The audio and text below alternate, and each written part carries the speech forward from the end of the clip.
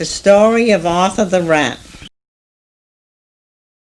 Once upon a time there was a young rat who couldn't make up his mind.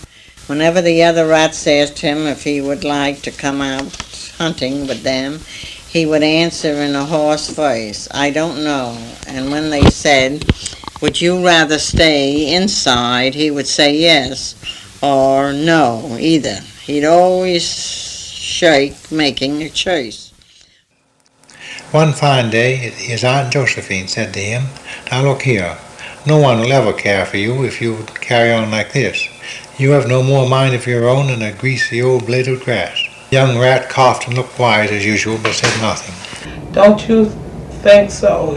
said his aunt, stamping her foot, for she couldn't bear to see the young rat so cold-blooded.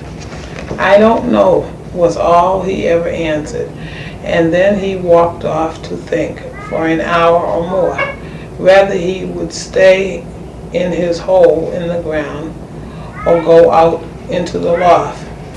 One night the rats heard a loud noise in the loft. It was a very dreary old place. The roof let the rain come down, come washing in. The beams and the rafters had all rotted through, so that the whole thing was quite unsafe. At last one of the joists gave way, and the beams fell with one edge on the floor. The walls shook, the cupola fell off, and all the rats' hair stood on end with fear and horror. "This won't do," said the leader. We can't stay cooped up here any longer. So they sent out scouts to search for a new home. A little later on that evening, the scouts come back and said they had found an old-fashioned horse barn, where there would be room and board for all of them. The leader gave the order at once, company falling in, and the rats crawled out of the hole right away and stood on the floor in a long line. Just then the old rat caught sight of young Arthur. That was the name of the shaker. He wasn't in the line, and he wasn't exactly outside it. He stood just by it. "Come on, get in line," growled the old rat coarsely. "Of course you're coming too." "I don't know," said Arthur calmly. "Why, the idea of it. You don't think it's safe here anymore, do you?" "I'm not certain," said Arthur undaunted. "The roof may not fall down yet." "Well," said the old rat, "you can't wait for you to join us." Then he turned to the others and shouted, "Right about face, march!"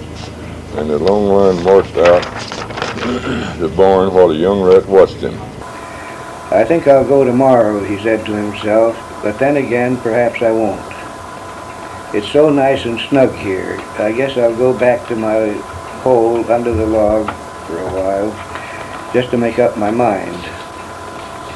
But during the night there was a big crash. Down came beams, rafters, joists, the whole business. Next morning, it was a foggy day, some men came to look over the damage. It seemed odd to them that the old building was not haunted by rats. But at last one of them happened to move a board, and he caught sight of a young rat, quite dead, half in and half out of his hole. Thus the shirker got his due, and there was no mourning for him.